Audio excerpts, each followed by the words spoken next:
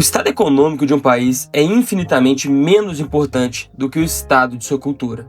A economia mostra apenas o presente, estatísticas momentâneas e flutuações passageiras, mas a cultura, que molda inexoravelmente o futuro, que determina se uma nação acelerará a grandeza ou descerá ao abismo da mediocridade.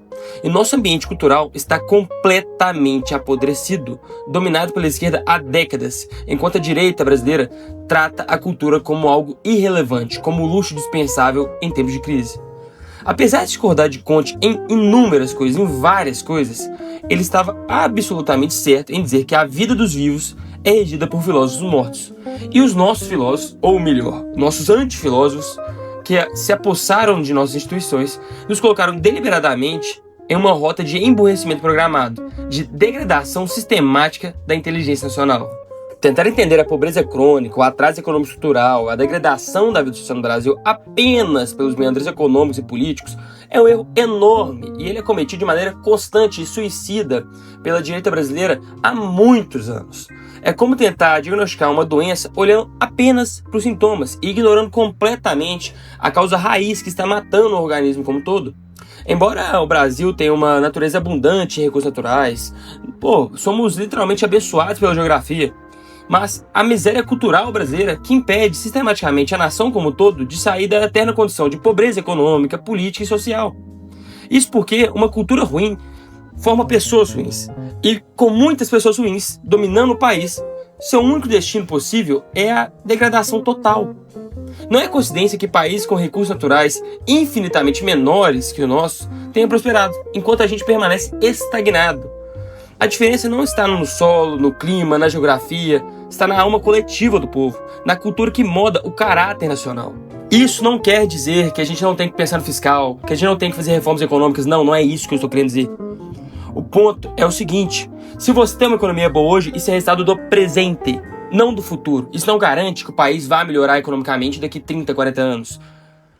Para ter uma melhora futura, você precisa formar boas pessoas. E atualmente a gente forma pessoas ruins. Então a gente tem um cenário de uma economia tenebrosa, que está hoje, e formando pessoas ruins. A tendência é que isso piore ainda mais. Porque você pode mudar a economia, pode fazer reformas estruturais, mas se não mudar a cultura, que é algo que você pode mudar a sociedade de forma perene, nada vai mudar de fato no país. No Brasil atual, a cultura significa antes de tudo, e erroneamente é claro, artes e espetáculos, e se resume a 3 funções idiotas: dar dinheiro a quem produz, divertir o povo como se fosse gado e servir de canal para propaganda política, geralmente de esquerda. E se o artista cumpre essas 3 funções patéticas, isso é o bastante para ser rotulado como um gênio pela mídia e pela crítica, entre aspas, especializada. Isso é algo que pode ser facilmente comprovado empiricamente. Basta olhar para a nossa classe de artistas atuais e comparar com a nossa classe artística pré-república. A diferença é grotesca, é chocante, é quase inacreditável quando você compara. Onde tínhamos antes artistas que elevavam o espírito humano, hoje temos palhaços que rebaixam ao nível mais primitivo possível. Nossa cultura se transformou em uma máquina de produzir imbecilidade em massa, de celebrar a vulgaridade como se fosse sofisticação e transformar o grotesco em arte e a arte em propaganda ideológica. Já há várias décadas, nossa cultura vem decaindo. E mesmo assim, isso não chama a atenção das nossas elites, seja elites empresariais, políticas e militares, qualquer um.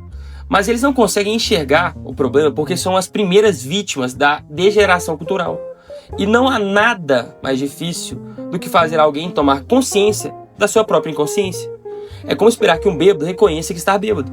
Quanto mais embriagado ele está, menos é capaz de perceber sua condição. Nossas elites foram culturalmente lobotizadas e agora celebram a sua própria lobotomia como se fosse esclarecimento. E não é. A cultura deveria tornar as pessoas mais inteligentes, mais sérias, mais adultas e mais responsáveis por suas ações.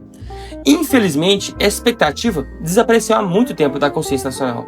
Foi substituída pela ideia que a cultura serve apenas para relaxar, se divertir e não pensar em nada sério. Isso é um erro fatal, comprovado pelo Brasil atual. Olhe para nossos políticos hoje. Eles não parecem sequer adultos, parecem um bando de adolescente.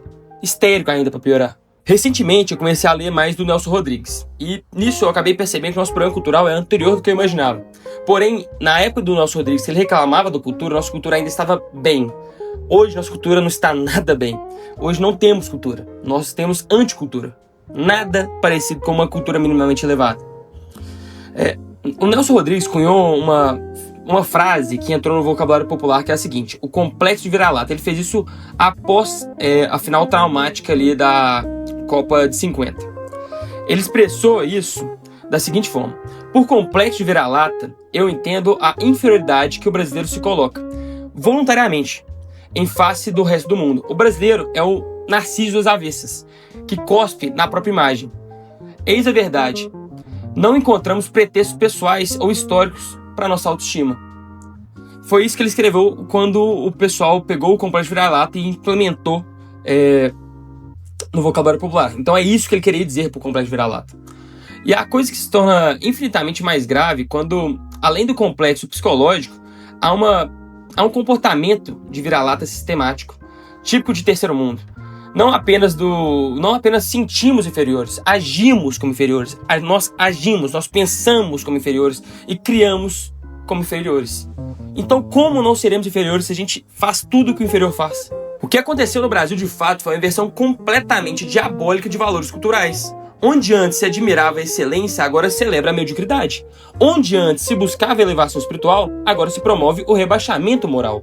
Onde antes a cultura servia para formar características nobres, agora serve para deformar personalidades.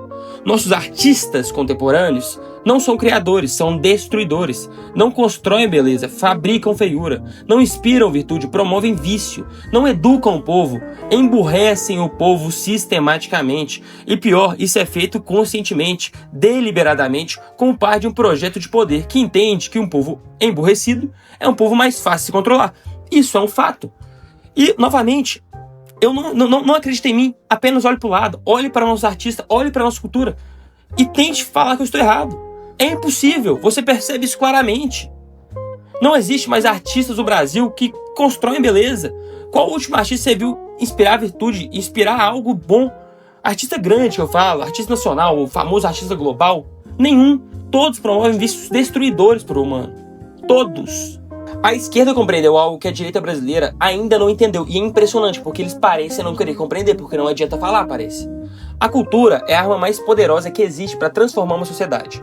Não é preciso ganhar as eleições se você controla as mentes. Não é preciso conquistar poder político se você já conquistou poder cultural. Todas as grandes revoluções no mundo foram revoluções culturais. Apenas pense. E veja se eu estou errado.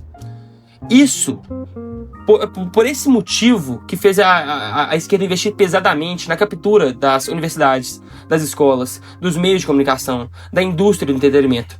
Eles sabiam que quem controla a cultura controla o futuro. E a direita ficou discutindo economia, e discutia economia de forma ruim ainda, detalhe, enquanto eles sequestravam a alma nacional. E eles conseguiram. O resultado está aí. Uma geração inteira formada para odiar o seu próprio país, para desprezar sua própria história, para se envergonhar da sua própria identidade. Uma geração que preferiu imitar o pior do exterior do que valorizar o melhor que é nosso. E detalhe, muito da nossa cultura hoje é mentira. Muito da história que é ensinada na escola hoje é literalmente mentira, sem nenhum dado histórico. E a gente aceita isso como se fosse normal, sem problema algum. É o que eu venho falando há muito tempo. Eu não. Muita gente antes de mim, pelo amor de Deus, teve muitas pessoas muito mais capacitadas que eu que alertaram isso.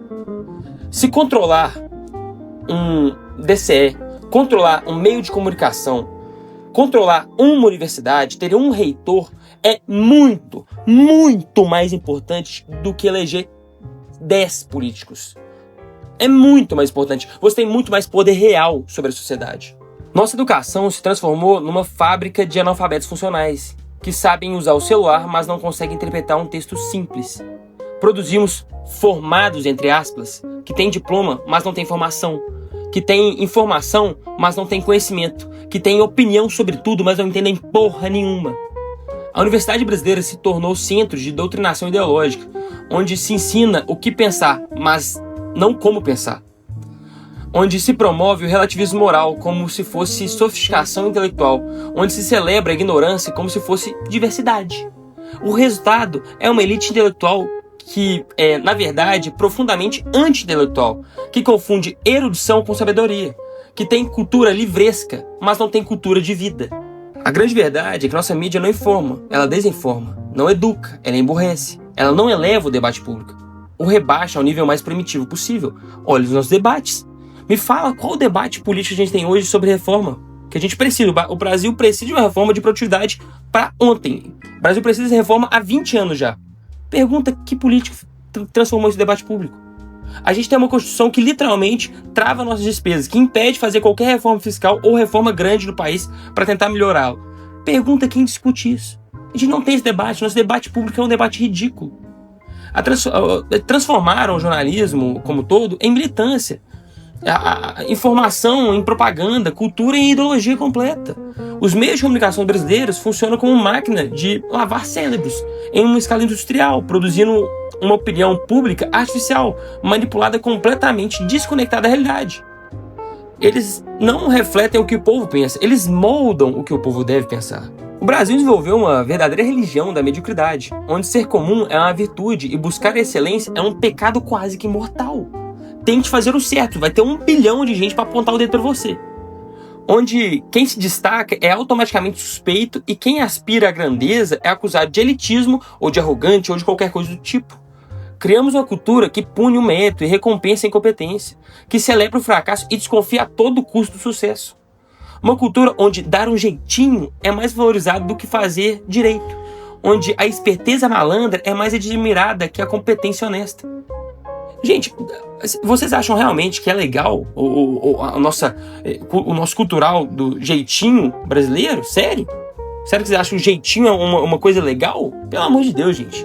Fazer o certo é uma coisa legal, não dar um jeitinho ou passar a perna nos outros e achar que você é esperto. Não, velho. Você só é um arrombado.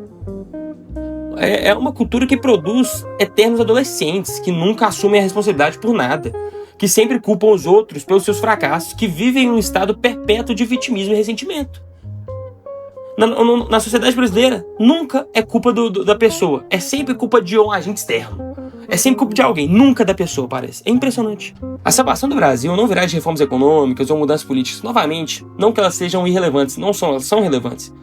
Mas a salvação do Brasil só virá de uma revolução cultural que restaure os valores que fizeram as grandes nações serem grandes. Precisamos de uma contra-revolução cultural que desmonte sistematicamente a hegemonia da esquerda e construa uma cultura baseada na verdade, na beleza e na bondade. Isso significa formar uma nova geração de intelectuais, artistas, educadores e comunicadores que compreendem sua missão civilizacional, que entendem que a cultura não é entretenimento, é formação de caráter, que a arte não é expressão pessoal, é elevação espiritual. Precisamos resgatar a ideia que existem coisas altas e coisas baixas, coisas nobres e coisas vis, coisas que elevam o homem e coisas que rebaixam o homem. Se falar isso hoje no Brasil é um pecado, é proibido. Precisamos restaurar a hierarquia dos valores que a modernidade destruiu completamente. Quando me perguntam o que é o seu canal, o que você quer fazer, é isso que eu quero fazer. Eu quero ajudar a remontar a cultura brasileira. Então, a minha ideia como produtor de conteúdo, mesmo pequeno que sou, é postar boas coisas, tentar remontar, tentar ajudar na reconstrução cultural brasileira, que hoje está destruída. Se você gostou do vídeo, curte, deixe seu comentário aí do que você achou e compartilhe com quem você acha que precisa ver isso também. Minhas redes sociais estão aí embaixo e eu recomendo fortemente que você conheça o Substack, que é uma rede social de textos um pouco mais longos. Lá eu tendo a escrever um pouco mais e você consegue entender melhor os meus pensamentos. Até mais, galera!